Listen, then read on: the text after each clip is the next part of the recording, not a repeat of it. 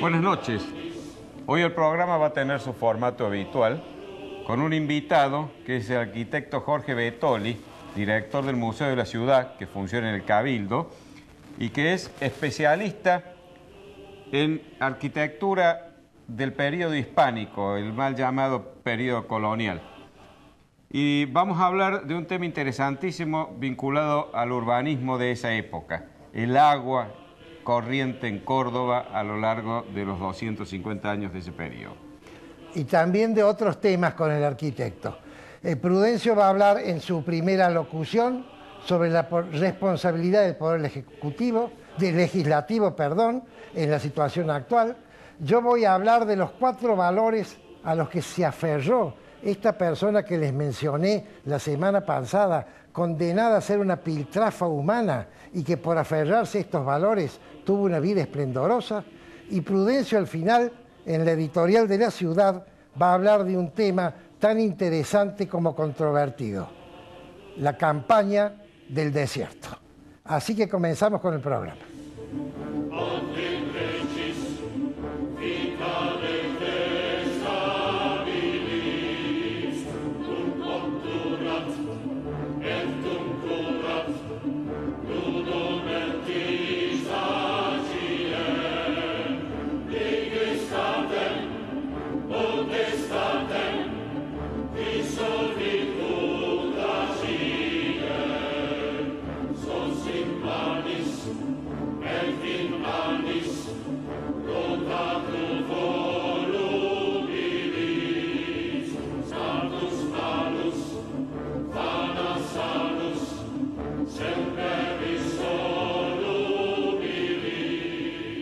No le digo nada nuevo si le comento que el país está pasando por un momento sumamente difícil. Pero yo creo que de todas maneras hay gente que no tiene conciencia clara de la gravedad del momento que vivimos y de lo que puede llegar a venir más adelante. Si hacemos un raconto de la situación, realmente es para preocuparse. Desde el punto de vista de la economía, estamos viviendo ya una inflación descontrolada, cuya causa, el gasto público desmedido, es decir, el déficit fiscal, no solo no se hace nada por atenuarlo y corregirlo, sino que cada día se acentúa más. La presión fiscal sobre los ciudadanos es realmente impredecible, es decir, nunca ha habido jamás en la historia argentina una presión fiscal tan fuerte. Hoy el hombre que apenas gana para poder mantener con su familia una vida medianamente digna, ya tiene que pagar impuestos a las ganancias, además de todos los demás impuestos, con el agravante de que es el gobierno nacional el que se lleva casi el 85% de la recaudación fiscal en un país que se dice federal. La economía, además, muestra otras falencias y otras situaciones sumamente graves. Por ejemplo, el Banco Central, que se supone que es la entidad autárquica, independiente del Poder Ejecutivo, que preserva el valor de nuestra moneda, ha sido luego de expulsado el anterior presidente, puesto en manos de un hombre que responde a la Cámara y obedece órdenes del Poder Ejecutivo. Es decir, el Banco Central se ha convertido simplemente en el impresor de billetes para que el Estado siga utilizando la emisión, aumentando la inflación, para mantener ese gasto que no puede ni quiere controlar. El ministro de Economía cree que acentuando las causas que nos llevaron a esta situación, la situación se va a controlar. Es decir, piensa que al diabético se lo cura inyectándole glucosa. Realmente esto es increíble. Mientras el país se encamina hacia un precipicio, lo único que se les ocurre es apretar el acelerador. Quieren apagar el incendio de la inflación con nafta. Es gravísima la situación, porque además de eso, ya se nota en el bolsillo del ciudadano. Ya la gente está advirtiendo que la plata a fin de mes no le alcanza porque se la devora la desvalorización que la inflación le provoca. Ya el desempleo está adquiriendo cifras verdaderamente preocupantes. Ya la angustia está llegando a muchos hogares. Y a la par del desempleo, mucho trabajo en blanco se está convirtiendo en trabajo en negro, con todas las consecuencias negativas que eso trae aparejado. El índice de pobreza, más allá de las mentiras del INDEC, es sumamente alto, alto sin precedentes. El 38,8% de los niños argentinos están por debajo del límite de pobreza, hay niños que pasan hambre, lo hemos visto en las provincias de Chaco, de Formosa, en Santiago del Estero, etc. Es decir, estamos en una situación social de suma gravedad y la señora Presidenta de la Nación nos propone, seguramente para superar estos problemas, construir el edificio más alto de Latinoamérica con fondos del Estado en la ciudad más rica del país y frente al barrio donde se concentra la mayor cantidad de riqueza de toda la Argentina. Esa es la solución que nos propone. Eso desde el punto de vista de la economía, pero si vemos desde el punto de vista de la seguridad, realmente las grandes ciudades se han convertido en lugares donde vivir se ha hecho difícil y ya está empezando a ocurrir lo mismo en las ciudades medianas y pequeñas. La seguridad jurídica no existe, para el ministro de Economía es simplemente un prejuicio burgués, pero sin seguridad jurídica sabemos que nuestros derechos no están garantizados y están permanentemente en peligro. ¿Para qué hablar de la corrupción? La corrupción ya, como lo ha dicho Eduardo en varias ocasiones, se ha convertido en corrupción generalizada. Y si un paradigma claro tenemos de la corrupción en la Argentina, es el caso del vicepresidente de la Nación. 8 causas judiciales por delitos, de las cuales 2 ya están en estado de proceso y en cualquier momento vamos a tener el hecho inédito e insólito de un vicepresidente de la Nación en ejercicio sentado en el banquillo de los acusados. El país está muy mal. Creo que la Presidenta de la Nación habría que analizar su estado psicológico porque las cosas que hace y dice nos dejan la impresión de que es una persona que no está en la totalidad del uso de sus cualidades mentales. Esta señora que antes lo maltrataba al actual sumo pontífice, a Francisco I, cuando era arzobispo de Buenos Aires, que ni lo recibía, ni iba a los Te Deum para las fechas patrias, que lo maltrataba de palabra y que su marido lo llegó a llamar el jefe de la oposición y que ahora parece que es la Meca a donde quiere ir a cada rato para aparentemente lavar todos estos errores que comete, llegó a decir que como ella lo visitaba el Papa, le habían amenazado de vida los fanáticos del Islam. Pero resulta que después esta paranoia, estos delirios que parece tener, la llevó a decir que había peligro de que ella fuera víctima de un atentado por parte de los Estados Unidos de Norteamérica. Cuando tuvimos el conflicto de un fallo adverso de un juez por el tema de la deuda, lo que se les ocurrió, en lugar de ver la manera de arreglar el asunto, porque teníamos un fallo de un juez al cual nos habíamos sometido voluntariamente, fue insultar primero a los acreedores que nos habían ganado el juicio y terminar insultando y agraviando al juez de la causa. Todo esto deja al país en una situación realmente muy vulnerable, con una persona que tiene la suma del poder público y aparentemente no está totalmente en sus cabales. Ahora, eso requeriría que el remedio venga a través de las instituciones republicanas. Y en este caso concretamente que venga de la mano del Poder Legislativo, porque les recuerdo que el Poder Legislativo no solo tiene que ser independiente, no solo está para sancionar leyes, sino que tiene un papel importantísimo que jugar en el control del Poder Ejecutivo. Pero ¿cómo puede ejercer el control un Poder Legislativo que está manejado por una mayoría obsecuente e indigna que subordina sus convicciones a la orden que reciben del Poder Ejecutivo, que ni siquiera hacen prevalecer los dictados de su conciencia y a veces contra su propia conciencia votan lo que les mandan? ¿Qué sentido tiene tener un poder legislativo que en el lugar de actuar a conciencia controlando al Ejecutivo, la mayoría cumple órdenes y las aplica? Lo hemos visto ahora, un hecho vergonzoso. Se ha sancionado por parte de la Cámara de Diputados contra el reglamento de la Cámara y en un tiempo récord a libro cerrado por mandato de la Presidenta, que lo han dicho todos los diarios y nadie lo ha desmentido, nada menos que el Código Civil, la ley que rige la relación entre los ciudadanos, que rige incluso el funcionamiento desde el punto de vista legal de la familia. Es decir, semejante ley que no sé si es buena o mala, no la conozco, no la he leído, pero ha sido a libro cerrado votado sin que siquiera se haya discutido en comisión en la Cámara de Diputados. Llegó al extremo de una diputada que dijo que no sabía lo que había votado. Y todo esto por orden de la Presidenta. Y se sabe, porque obviamente ha trascendido, que muchos de esos hombres y mujeres que conforman ese bloque de la mayoría estaban en desacuerdo con muchos puntos que había cambiado a última hora el Ejecutivo, el que legisla en definitiva. Y ellos han votado. ¿Dónde está su dignidad? ¿Se han olvidado cuál es el rol que le hemos encargado? ¿Se han olvidado que ellos deben defender nuestros intereses y no los intereses del Poder Ejecutivo? ¿Se han olvidado lo que dice el artículo 29 de la Constitución? Que aquellos legisladores que concedan la suma del poder público o poderes especiales al gobernante y que dejen la honra, la fortuna y las libertades de los ciudadanos en manos de una persona, son nulos de nulidad absoluta y someten a quienes los aprueban a la responsabilidad y a la pena de los infames traidores a la patria. Lo dice la Constitución, no lo digo yo. ¿Se han olvidado de eso? Yo no sé si Dios se lo va a demandar, Dios sabrá, quizás en su infinita misericordia los perdone, pero la patria se los va a demandar.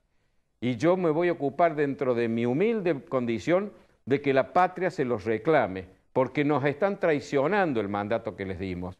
Les dimos el mandato que defendieran nuestros derechos, no el mandato de que apoyaran órdenes que reciben de un poder ejecutivo que lleva adelante un proyecto de dominación y que está sometiendo al país y a sus habitantes a una situación ya insostenible. Pero también le quiero decir a la oposición, señores de la oposición, ya es hora, primero, que se pongan de acuerdo y dejen las cuestiones individuales por debajo, de los intereses del país. Pero además que empiecen a hablar de proyectos, basta de lugares comunes y de decir lo lindo que va a ser cuando gobiernen. Queremos que nos digan qué, cuándo, cómo y con qué recursos van a hacer las cosas. Es hora de que nos hablen a personas adultas y no que nos sigan vendiendo chafalonía y cuentas de colores. Yo creo que estamos viviendo con una clase dirigente que, salvo honrosas excepciones que las respeto, no está a la altura de sus responsabilidades tampoco entre los opositores.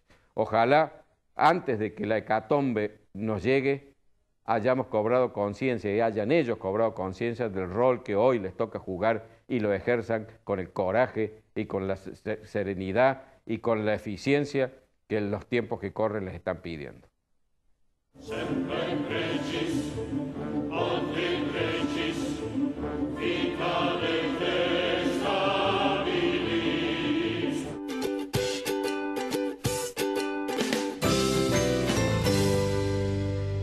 Morecia Allende, Ibáñez Padilla, Administración de Propiedades y Consorcios. Claridad y confiabilidad. Morecia Allende, Ibáñez Padilla. Centro Tomografía Computada Córdoba Sociedad Anónima. Instituto Ulton, líder en diagnóstico por imágenes. Primer instituto de cirugía ambulatoria mínimamente invasiva del interior del país. Avenida Vélez Arfiel 562, Córdoba, Argentina. Teléfono 0351 426 7700. Ahora comprar tu auto es una experiencia única. Llegó AutoCity, un nuevo espacio con 0 kilómetros, usados, pista de prueba y área de servicios. AutoCity, los autos evolucionan. El lugar donde encontrarlos también. Maluf y Asociados, Desarrollos Inmobiliarios Integrales, 40 años, desarrollando emprendimientos de calidad. Obispo Salguero, 775, Planta Baja, Nueva Córdoba. Teléfono 0351-460-2381.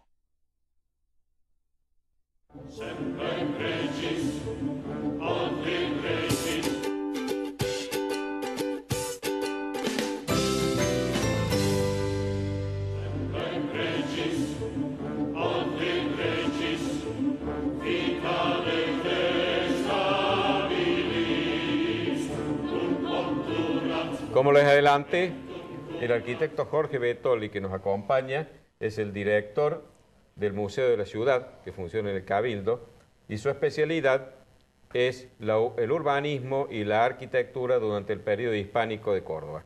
Y en esta ocasión nos va a hablar de un tema muy interesante dentro de esa temática.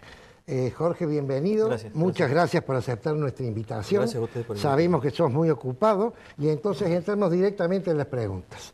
El problema de la provisión de agua para riego y agua potable, pienso, en Córdoba, en el periodo que Prudencio dijo mal llamado colonial, y que debe llamarse hispánico. Mi primera pregunta entonces es ¿por qué esa diferenciación que yo no la conozco? De periodo hispánico, porque tengo entendido que legalmente América no fueron colonias, sino que fueron reinos de ultramar. Ah, a eso se obedece. Están organizados en virreinatos, igual que las posesiones continentales en Europa, el reino de Castilla, el reino de Aragón, el reino de Nápoles, que estaban todos bajo la autoridad de un virrey, que es el conflicto cuando la Revolución de Mayo sobre el gobierno de las posesiones americanas. Si teníamos que gobernarnos por la Junta de Cádiz o por las juntas locales, porque teníamos la misma jerarquía que los reinos de la península, el reino metropolitano. Entonces entremos en el tema agua, que es la base para fundar una ciudad. No se puede fundar una ciudad donde no hay agua. Así es. Ya desde el 1573, las ordenanzas de nuevos poblados, que es dentro del corpus legal del derecho indiano, de la legislación sobre América, se establece las condiciones, ¿no es cierto?, que tenía que tener un sitio para fundar una ciudad. Eran muy específicas todo eso. La disponibilidad de material de construcción, de tierras labrantías, de pasturas para el ganado, de bosques para la provisión de madera, pero fundamentalmente el agua.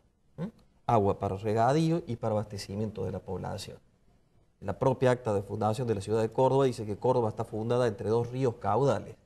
Hoy identificamos esos dos ríos como el primero y el segundo, o Suqui, el río Sanaes. Y precisamente en un punto clave se funda la ciudad de Córdoba, es decir, ni en el llano ni en la montaña, sino en un punto intermedio por donde pudiera circular el agua libremente.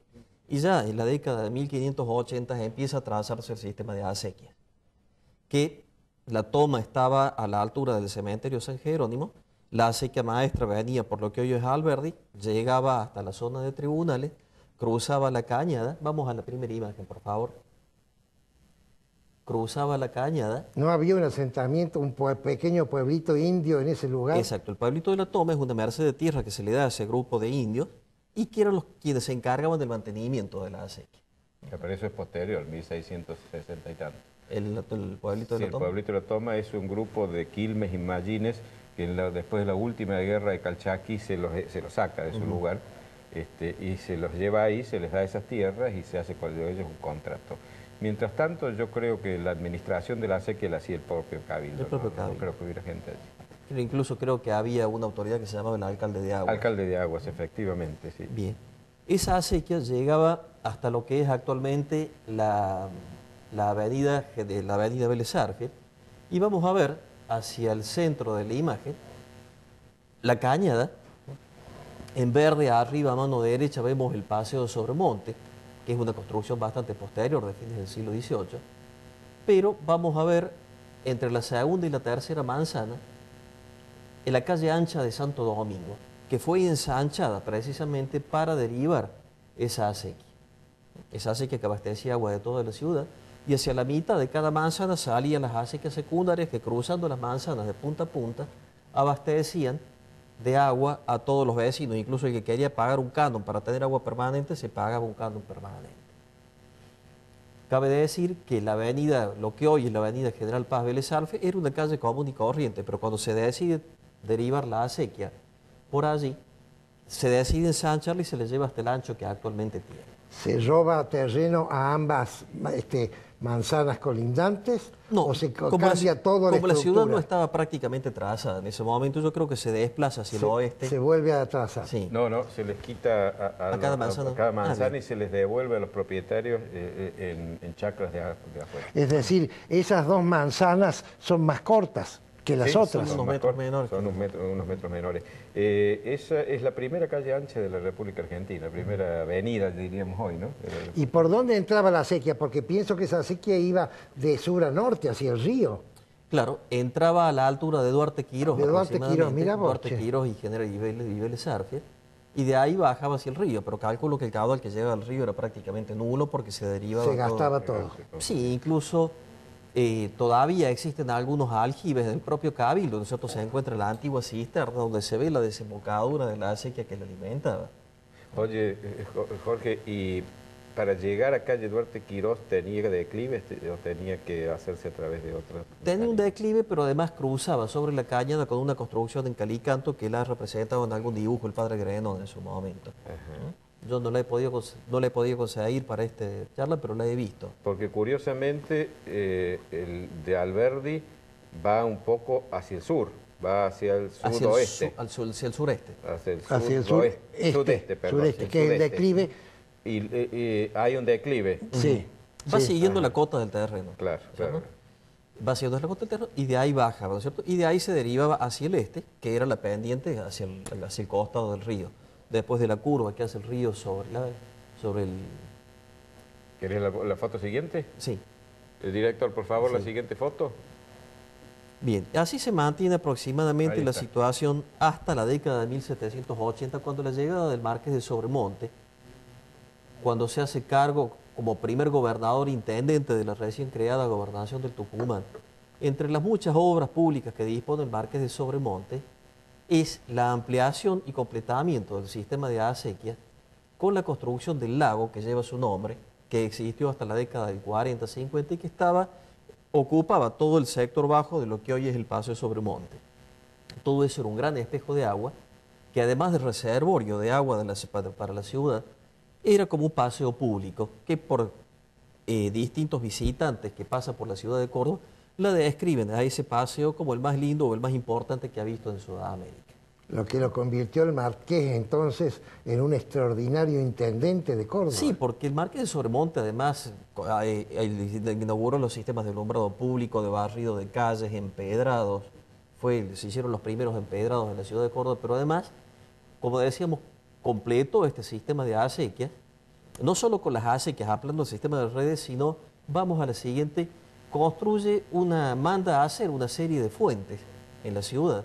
Eso ahí vamos a en- ver la fuente principal que estaba en la Plaza Mayor.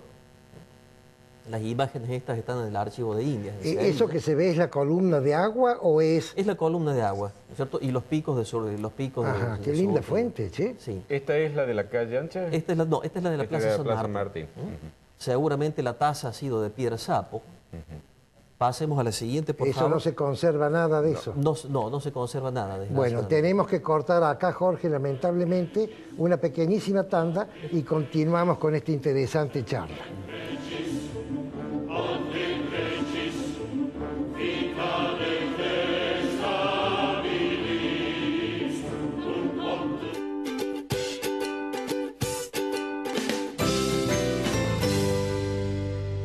Morecia Allende, Ibáñez Padilla, Administración de Propiedades y Consorcios. Claridad y confiabilidad. Morecia Allende, Ibáñez Padilla. Maluf y Asociados, Desarrollos Inmobiliarios Integrales, 40 años, desarrollando emprendimientos de calidad. Obispo Salguero 775, Planta Baja, Nueva Córdoba. Teléfono 0351 460 2381.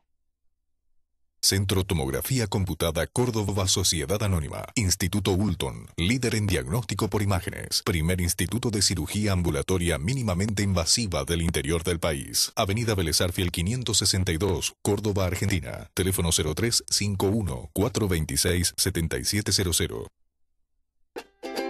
Ahora comprar tu auto es una experiencia única. Llegó AutoCity, un nuevo espacio con 0 kilómetros, usados, pista de prueba y área de servicios. AutoCity, los autos evolucionan. El lugar donde encontrarlos también.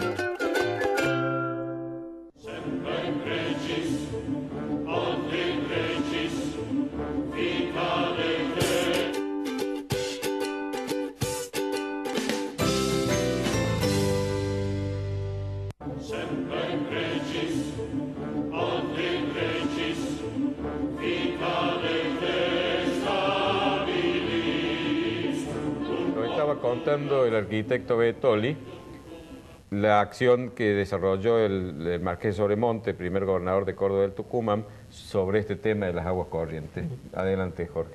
Pues decíamos, él completa todo este sistema de acequia. La población se ha extendido, la ciudad ha crecido, se ha extendido al otro lado de la cañada. Junto con la construcción del paseo, el Marqués de Sobremonte construye el primer puente de material sobre la cañada, el primer puente de material que tenemos noticia. ¿En qué 27 calle? de abril, ¿no? 27 de abril. Pero además ya se había densificado y se había poblado eso como un barrio suburbano de la ciudad de Córdoba. El paseo se lo dota, además de toda la arboleda, tengo entendido que hace traer álamos de Chile y sauces.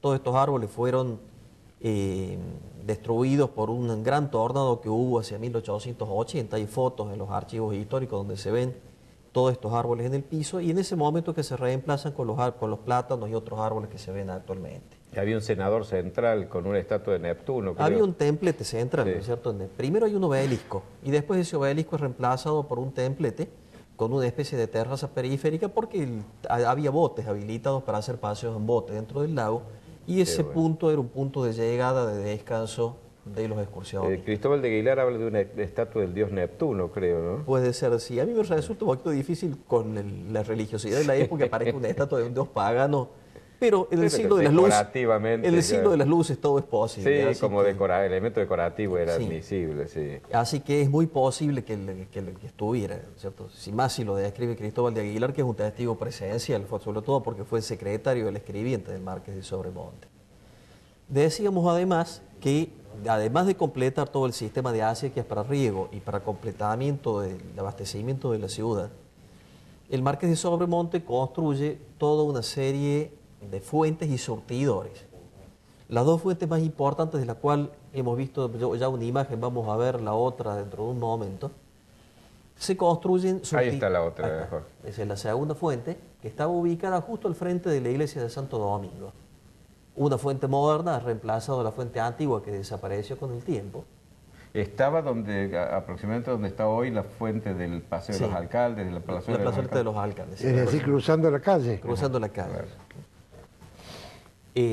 Los proyectos están, estos dibujos de los dos que hemos visto están en el Archivo General de Indias en Sevilla. Aprovecho para agradecer al Archivo de Indias el que nos haya facilitado estas imágenes. Pero además, si podemos ir pasando a la foto siguiente, se construyen surtidores, es decir, pequeñas pilas para abastecimiento de agua en distintos puntos de la ciudad y en los edificios institucionales. Allí vamos a ver el monasterio de las Carmelitas de Descalza. En un patio inmediato, abajo a mano izquierda, se ve una pequeña construcción y a la par una fuente. Si pasamos a la siguiente... vamos Perdón, eso que hay al fondo de gran altura, ¿qué es? en la iglesia de la Compañía. La iglesia de la Compañía. Esto es una foto sacada desde la torre sur de la catedral. Lo que vemos al pie es la calle 27 de Abril, la hoy calle 27 de Abril, y el gran paredón que se ve sobre el costado es donde está actualmente la recoba. Bien. Esa foto será de fines de 1870 y pico, 70 y pico. 1875, 76. Si pasamos a la imagen siguiente, vamos a poder, esto es una aproximación de la foto anterior, que nos va a permitir... La foto siguiente, por favor, director. Están poniéndola. Bueno. Repito, Esperemos, contando mientras tanto. todas las instituciones, las grandes instituciones tenían su surtidor interno porque había una gran concentración de población. Los jesuitas, el monasterio de las Teresas, el de Santa Catalina, el convento de San Francisco. La universidad. La universidad con sus estudiantes, el colegio de Montserrat tenían hasta 100 y 200 personas residiendo adentro. Entonces tenían sus surtidores para un abastecimiento cotidiano, ¿no es cierto?, que era absolutamente necesario. E incluso todavía en lo que es actualmente el Museo de Artes Religiosas Juan de Tejeda, se puede ver un fragmento de acequia en el patio sobre el costado sur, inmediato a lo que fueron las habitaciones de la casa de los Tejeda. Tengo entendido que hubo un director, creo que no es el actual, sino el anterior de ese museo, que hizo una obra muy interesante. ¿Recordás el nombre? Infante, estoy tomando el Infante. No, después de Infante. Bueno, fui yo, bueno, pero no corresponde que lo digas yo aquí. No, te quería preguntar, compará esta situación que has descrito de Córdoba Ajá. con Buenos Aires, de la dotación de agua, con la Buenos Aires de la misma época, si se puede comparar. No sé si se puede comparar, bueno, es un hecho ya establecido, ¿no es cierto?, por toda la historia, que hasta fines del siglo XVIII Córdoba es la ciudad más importante de todo el territorio de lo que es la Argentina actual. No, por eso tenemos el conjunto de monumentos del periodo virreinal más importante de la Argentina, ¿no es cierto?, la catedral, la manzana jesuítica, ¿no es cierto?, patrimonio de la humanidad. Las iglesias de San Francisco, los conventos franciscanos, los restos del convento franciscano que están quedando en el siglo XVII, XVIII, las propias Catalinas. Las Catalinas dentro del monasterio tienen parte de la casa de Pedro Luis de Cabrera, ¿no es cierto? Compran la propiedad las Catalinas a mediados del siglo XVII, a Pedro Luis de Cabrera, o sea que dentro de esa construcción tenemos todavía restos de la casa fundacional, Y como la- que también es una casa fundacional, el Carmelitas. monasterio de las Carmelitas de Eso Descalza. está en la parte de clausura. Sí, ¿no es cierto? Lo que es actualmente el Museo San Alberto fue la casa de los Duarte. Y así, distintas Y propiedades. Buenos Aires se me ocurre que, claro, la provisión de agua que tiene es muy distinta. Tiene un río Era enorme. más fácil. Es mucho más fácil ir sacando De acequias, todos lados. claro. Claro, No pero había es un una es un río colectora de maestra. llanura. Buenos Aires está en la llanura, o sea que no tiene las bajadas que Ah, tenemos no tiene los nosotros. declives, claro. El declive es fundamental para todo lo que sea actividad relacionada con el agua. Los molinos hidráulicos, los molinos harineros, los molinos aceiteros. O sea, la fuerza hidráulica era muy difícil. Era fundamental, claro. La fuerza, por eso es que Córdoba no está ni en la llanura ni en la sierra. Claro. Claro, ese Está- chorro que se ve en la plaza principal Claro. obedece a una presión que surge de diferencia Claro, de porque altura. todo el costado oeste de Córdoba, de la Cañada hacia el oeste, está más alto que la ciudad. Claro. Entonces, el agua va bajando por desnivel. Fíjense ustedes, las estancias jesuíticas no están ni en la montaña ni están en la llanura, están en el pie del monte. Sí, sí. Los lugares están No elegidos están por en una el cuestión valle, estratégica. claro, no están en valle. Para dar la posibilidad de recibir pero el poder agua. derivar al mismo tiempo. Mirá qué Los interesante, tajamares ¿no? y ¿no es cierto? Y el desborde de los tajamares pone en movimiento los molinos, los batanes Claro. y todas las instalaciones que necesitaban la fuerza Los hidráulica. ingenios hidráulicos. Los ingenios hidráulicos. Claro. Claro. La No había, misma- no lo había mismo en pensado Córdoba. eso. Esa es la razón de la ubicación de los cascos de las estancias. Claro, están en el pie de monte, no están ni en la montaña ni en la llanura. Lo mismo que la ciudad de Córdoba. La ciudad de Córdoba no está en la llanura. Está en un punto intermedio entre la sierra para servirse. Y como por eso todavía están los restos de la noria de Baracaldo, el molino de Ormaeche y todas las demás construcciones que están de Córdoba hacia el oeste. Así lo del de Hacia el Torres. cerro, el molino de Torres. Están todos en esos puntos donde donde el agua en pendiente es la principal fuerza motriz. Lo cual la hace más vulnerable también, por eso se ha inundado tantas Claro, veces. ¿no? Claro. estas técnicas las habrán traído los andaluces heredadas de los árabes. De los ¿eh? moros y de los romanos. Recuerden ustedes Y de que el los Islam es romanos. una cultura de síntesis, toma muchas. Los sistemas de regadío que desarrollan los musulmanes las habían tomado de los egipcios y de las culturas de la Mesopotamia. Pero fundamentalmente los sistemas de regadío los moros los aprenden en Egipto y los llevan al sur de España. Estas dos fuentes que hay hoy en la Plaza San Martín tienen no tanta antigüedad como las que hemos estado viendo, pero tienen alguna también. ¿no? Son de 1876-77 y son obra del señor Alio. El señor Alio era un inmigrante suizo que establece una marmolería en Córdoba. Él es el que desarrolla todas las marmolerías de la Academia de Ciencias, la estufa del Salón de Grados de la Academia de Ciencias. Tuvo todo un desarrollo muy importante, ¿no es cierto? Jorge, se nos ha acabado el tiempo, por lo tanto, Nos ha vamos a quedado tener corto, que para volver visitarte en el Museo de la Ciudad Bien. para que nos hagas una visita guiada. ¿Qué te parece, Sí. Prudencio? Perfecto. Sería bueno que un día grabáramos una Claro. visita guiada. Como quiera. Te comprometemos Muchas gracias por y te haber venido. agradecemos. Sí. Aclaramos simplemente que este sistema de aguas corrientes estuvo en uso prácticamente hasta mediados del siglo XIX, 1860, 1870. Qué maravilla.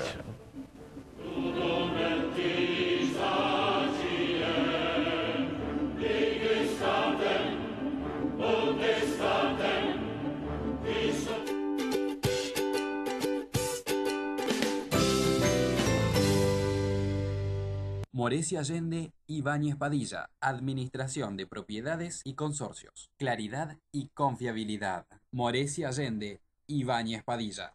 Maluf y Asociados, Desarrollos Inmobiliarios Integrales. 40 años desarrollando emprendimientos de calidad. Obispo Salguero 775, Planta Baja, Nueva Córdoba. Teléfono 0351 460 2381. Centro Tomografía Computada Córdoba Sociedad Anónima. Instituto Ulton, líder en diagnóstico por imágenes. Primer instituto de cirugía ambulatoria mínimamente invasiva del interior del país. Avenida Vélez Arfiel 562, Córdoba, Argentina. Teléfono 0351 426 7700. Ahora comprar tu auto es una experiencia única. Llegó AutoCity, un nuevo espacio con 0 kilómetros, usados, pista de prueba y área de servicios. AutoCity, los autos evolucionan. El lugar donde encontrarlos también.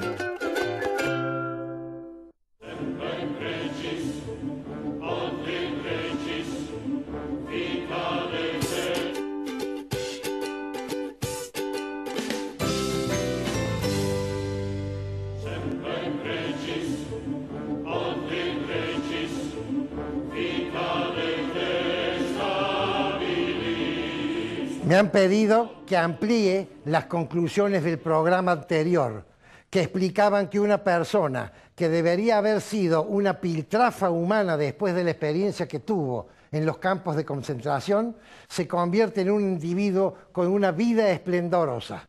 Les recuerdo que él explicó que fueron 4 los motivos. El primero dijo, el día que terminó la guerra, después de estar en 3 campos de concentraciones, después de haber tenido 3 veces la posibilidad de perder la vida y no perderla, yo di vuelta a la página y perdoné.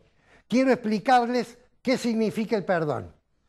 La gente normal, la gente común, la mayoría de la gente dice que perdón es eliminar la ofensa. A mí me gusta más otra definición. A mí me gusta más decir que perdón es la eliminación del odio. ¿Por qué? Un caso es externo. Yo voy y le digo a la persona con quien tengo un conflicto, te perdono. El otro caso es interno. Yo me digo a mí mismo, no voy a odiar más. Porque la única forma de odiar es gastar energía. No se puede odiar sin gastar energía. Entonces, desde este punto de vista de la teoría del comportamiento y no de la religión, el perdón es recomendable porque el perdón ahorra energía. El individuo que perdona decide no gastar energía en una cosa que no le da a él ningún beneficio personal. Y entonces se queda, al dejar de odiar, con una situación muy interesante. ¿Saben cuál es? El perdón, el odio también ocupa lugar. Y al no tener lugar el odio en el corazón, ingresa indefectiblemente el amor, que es la segunda situación que él explicó. Él dijo, yo me enamoré. Cuando hablamos de amor en general, no solo del amor a una pareja, ¿cierto? El amor es, de alguna manera, la culminación de una de las fuerzas más grandes del ser humano, que no es ni siquiera la posibilidad de la conservación de la vida o no tener dolor, sino el sentido de pertenencia, pertenecer a un grupo. Y el amor en el grupo es la máxima expresión. Hay 2 formas de amar. Una forma de amar es hacia afuera y la otra forma de amar es hacia adentro. Yo he explicado este concepto en un pequeño versito, creo que es una sexteta, que puse en mi libro Corrupción y Decadencia. Dice así, que si prefiero amar a ser amado es sublime, angelical, excelso, prodigioso, visceral. Pero el hecho de amar me ubica al lado, sin haberlo siquiera imaginado, del autor mismo del plan universal. Eso es lo que hizo este polaco, que luego se convirtió en ingeniero, porque la tercera razón que le explicó es el proyecto. La gente que tiene un proyecto tiene esperanza. ¿Saben cuáles son las personas que no envejecen? Aquellas personas que tienen un proyecto. Vean ustedes esos individuos de mucha edad que son activos. Esos señores, conversen con ellos, tienen un proyecto. Vean ustedes esos jóvenes que parecen ancianos, que no tienen ilusiones y que no tienen fuerzas. Esas personas no tienen proyectos. Visiten ustedes un lugar donde se alojan los drogadictos. Hablen con ellos. Ninguna de esas personas tuvieron proyectos de vida. Vayan ustedes a los clubes deportivos, hablen con las personas que practican deporte, vayan a los prados, vayan a los parques. Esa gente sana tiene proyectos y diferencia la vida de otra manera. Eso es lo que hizo él. Dijo, voy a tener un proyecto. Y ese proyecto concreto, que fue terminar su secundario en un lugar de idioma extranjero y luego estudiar ingeniería, lo salvó. Además de las 2 condiciones anteriores que acabo de explicar. Vamos a la tercera. Pero antes voy a explicar cómo se hace un proyecto. Un proyecto se hace con propósito, con información, con diagnóstico, con objetivo, con método, con, me olvido del que sigue, presupuesto, con planificación y con control. Esa es la forma, es el método de hacer un proyecto en la teoría del comportamiento. ¿Cuál es el elemento más importante del proyecto? Todo el mundo va a decir el objetivo. El elemento más importante es el propósito, que es la idea a priori, que uno todavía no sabe ni siquiera cuál va a ser su objetivo porque no tiene la información. La idea a priori es lo que diferencia a la persona creativa de la persona normal. Y eso es lo que más se valora en estas épocas de grandes cambios. La otra pregunta que se hace normalmente en este tema, ¿cuál es el método o la evaluación de recursos? ¿Qué hago primero? ¿Elijo cómo voy a desarrollar mi proyecto o veo qué recursos tengo? Depende si el plan es estratégico o si el plan es táctico. El plan estratégico se hace sin pensar en los recursos y el plan táctico se hace amoldando lo que uno quiere a lo que uno puede. Son dos enfoques diferentes. Vamos a la cuarta de las situaciones que aplicó este señor que había dejado de tener un nombre porque le pusieron un número. Él dijo, cuando entré a Auschwitz, yo primero perdí mis padres, perdí mi familia y después perdí mis bienes y perdí mi nombre. Y lo único que tuve fue un número. Ese señor luego dijo, elijo la Argentina y no Polonia, ¿se acuerdan? Porque Colonia está bajo la férula comunista. ¿Qué hizo él? Hizo acción efectiva. La diferencia entre una idea interesante, un proyecto interesante, una filosofía interesante y llevar a la práctica esas ideas es lo que diferenció a la cultura oriental que llegó a la sabiduría en la antigüedad con la cultura occidental, que aplicó la sabiduría en un plan de acción y entonces pudo sobrepasar a Oriente y dominar el mundo. Esa diferencia se llama la acción eficaz. Y la acción eficaz que se puede realizar de tres maneras, per se, en equipo, dirigiendo un grupo, y en equipo, es lo que aplicó él. La diferencia de grupo y equipo es lo que se llama el trabajo en donde aparece un plusvalor, una plusvalía, de manera tal que en un grupo 2 más 2 es 4 y en un equipo 2 más 2, queridos amigos, es 5, porque el valor del todo es mayor que la suma de los valores de las partes. Y eso es lo que consiguió la persona de este ejemplo. Cuando él viene a un país donde puede aplicar sus proyectos en una acción efectiva y funda una familia con su mujer a través del amor, consigue entonces un equipo y consigue una plusvalía que le permite realizar una extraordinaria vida hasta sus actuales fructíferos 80 años. Es palabra de honor.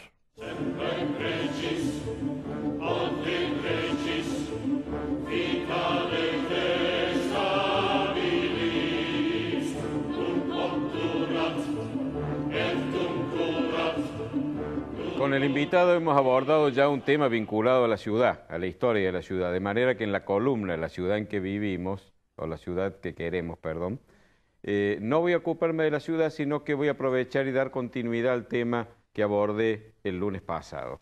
Es decir, el general presidente de la Nación, Julio Argentino Roca, de cuya muerte se cumplen en estos días 100 años.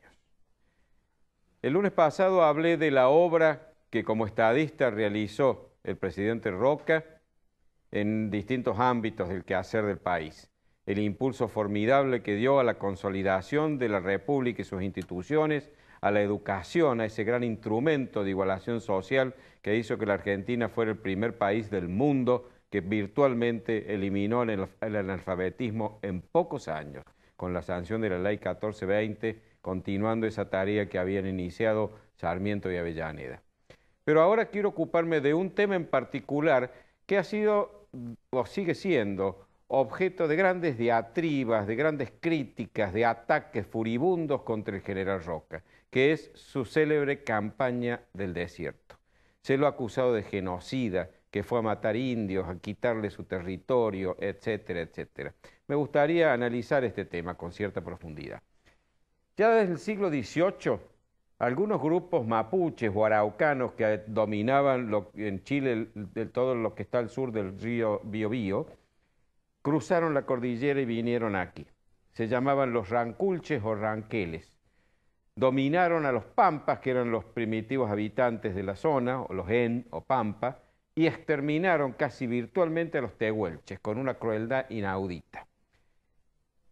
Luego empezaron obviamente a atacar estancias y a atacar a hombres blancos, después de dominar a sus congéneres naturales, y cometieron todo tipo de depredaciones, muertes, violaciones, cautiverios, robos, etc. A punto tal que en 1833 se había llegado ya a un grado peligroso y los generales Quiroga y Rosas, es decir, Juan Facundo Quiroga y Juan Manuel de Rosas, hicieron una campaña, la primera campaña del desierto en el año 1833. Hubo algunas escaramuzas, algunas batallas, pero no muchas, y en general se logró firmar acuerdos. Acuerdos que no duraron yo creo que lo que duró el tiempo que demoraron en volverse a sus ciudades. Lamentablemente siguió habiendo una serie de desmanes, de malones, de crímenes y atropellos, y al año siguiente Juan Manuel de Rosas impulsó a un cacique, a un fuerte cacique chileno, que se llamaba Calfucurá, a que cruzara la cordillera y viniera acá a dominar al resto de los indios, pensando que de esa manera, tratando con uno, era más fácil de manejar la cosa. Efectivamente, Calfucurá cruzó la cordillera, invitó a los caciques borogas a parlamentar con él y cuando estaban parlamentando los hizo asesinar, virtualmente los exterminó a los borogas, sometió a los ranqueles y a los pampas y a los pocos tehuelches que quedaban, y se hizo nombrar, con una crueldad inaudita, y se hizo nombrar Gran Gulmén, es decir, jefe supremo, rey en una palabra, de lo que se llamó la Confederación Indígena. Así la llamó él, o se la llamó. Bueno, mientras duró el gobierno de Rosas, mantuvo un acuerdo con Rosas y no atacó al hombre blanco, atacó a sus congéneres indios y robaba alguna hacienda por allí, pero poco.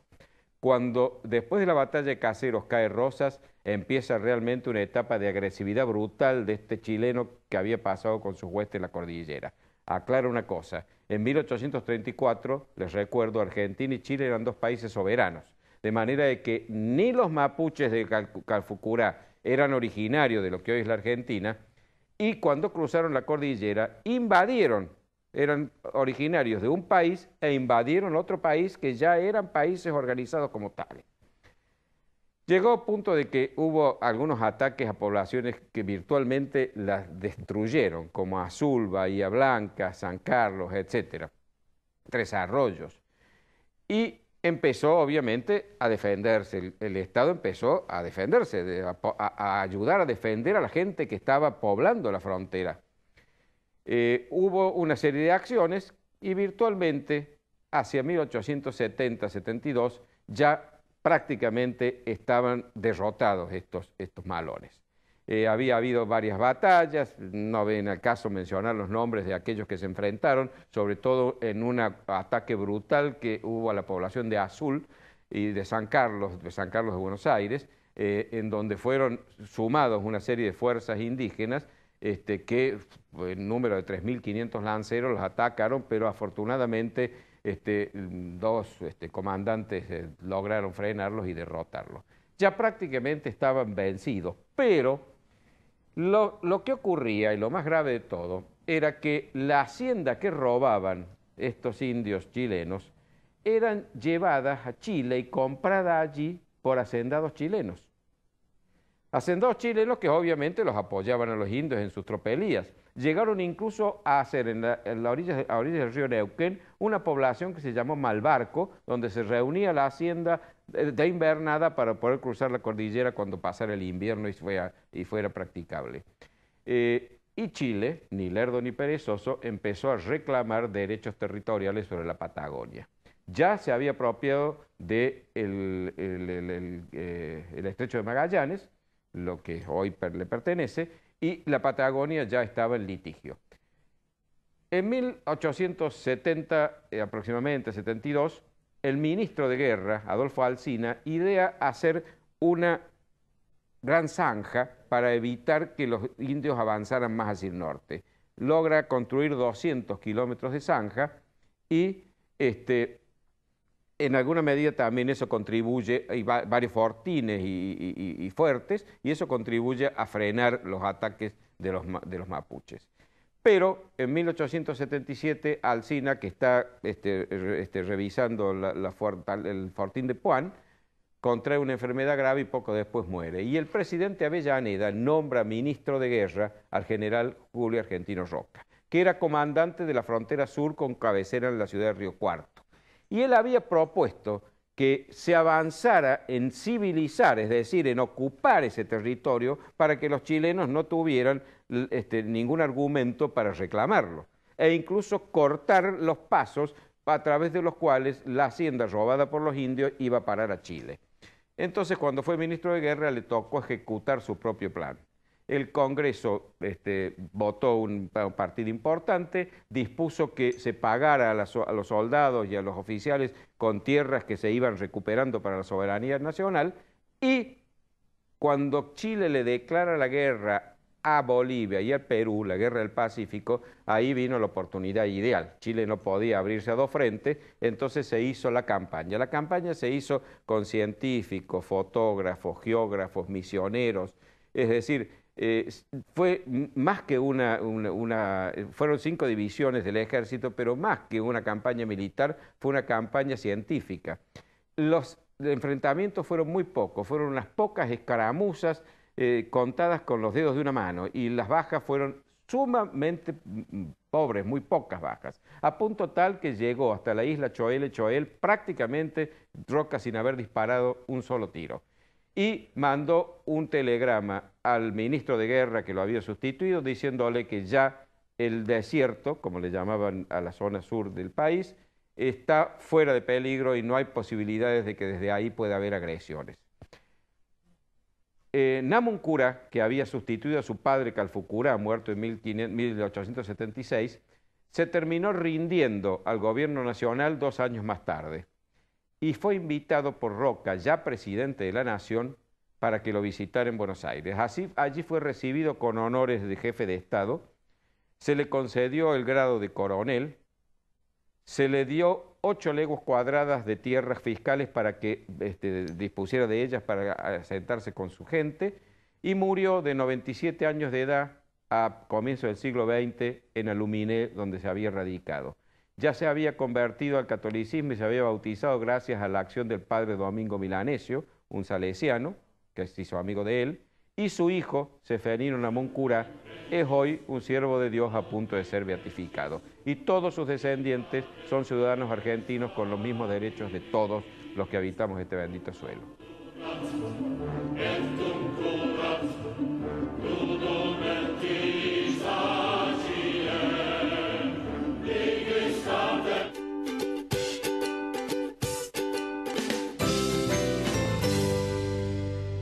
Morecia Allende, Ibáñez Padilla, Administración de Propiedades y Consorcios. Claridad y confiabilidad. Morecia Allende, Ibáñez Padilla. Centro Tomografía Computada Córdoba Sociedad Anónima. Instituto Ulton, líder en diagnóstico por imágenes. Primer instituto de cirugía ambulatoria mínimamente invasiva del interior del país. Avenida Vélez Arfiel 562, Córdoba, Argentina. Teléfono 0351 426 7700. Ahora comprar tu auto es una experiencia única. Llegó AutoCity, un nuevo espacio con 0 kilómetros, usados, pista de prueba y área de servicios. AutoCity, los autos evolucionan. El lugar donde encontrarlos también. Maluf y Asociados, Desarrollos Inmobiliarios Integrales, 40 años, desarrollando emprendimientos de calidad. Obispo Salguero 775, Planta Baja, Nueva Córdoba. Teléfono 0351 460 2381.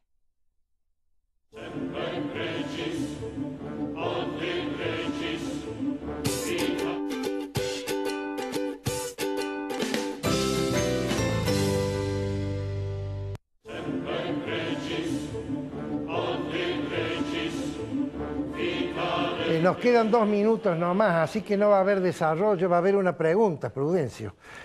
Ya no quiero hablar más de que Cristina desvaría porque desvaría. Ya no quiero hablar más de que el Congreso no actúa como tal porque no actúa. Hay una diputada que ni siquiera sabía lo que había votado. Salió en las redes sociales, no sé si lo pudiste ver. Una diputada piquetera. Exacto. Lo que me queda a mí, la preocupación que me queda, es por qué la sociedad no reacciona y fundamentalmente los factores de opinión de la sociedad. Me pregunto, en un país normal que ocurren estas cosas, ¿qué hacen los empresarios? ¿Qué hacen los pensadores? ¿Qué hacen los profesores? ¿Qué hacen los escritores? Realmente estoy muy preocupado ahora por la sociedad argentina. ¿Qué le ha pasado a la Argentina, Prudencio? Yo creo que ha estado anestesiada, el populismo anestesia, y ese es uno de sus instrumentos para dominar. Pero me da la sensación de que está despertando de esa anestesia. Yo veo en este momento, no sé si soy demasiado optimista, pero veo reacciones, veo gente que está empezando a cobrar conciencia y a actuar. Lo que pasa es que los instrumentos para actuar que tenemos los ciudadanos fuera de los medios de comunicación, de los que nos estamos valiendo vos, yo y muchos otros, creo que es el voto. Y eso se va a ver el año que viene, cuando con el voto, Dios quiera, que no me equivoque, los ciudadanos castiguemos todo esto. Pero si nosotros antes del voto no tenemos una acción para cambiarle culturalmente a la gente su posición aletargada, ya sabés por quién van a votar. Bueno, de eso estamos tratando de hacer, Eduardo. Vos y yo. Bueno, ojalá podamos conseguirlo. No nosotros, porque este programa es muy pequeño, sino la cantidad de programas y de pensadores que están actuando en consecuencia. Será entonces hasta el lunes que viene, si Dios quiere.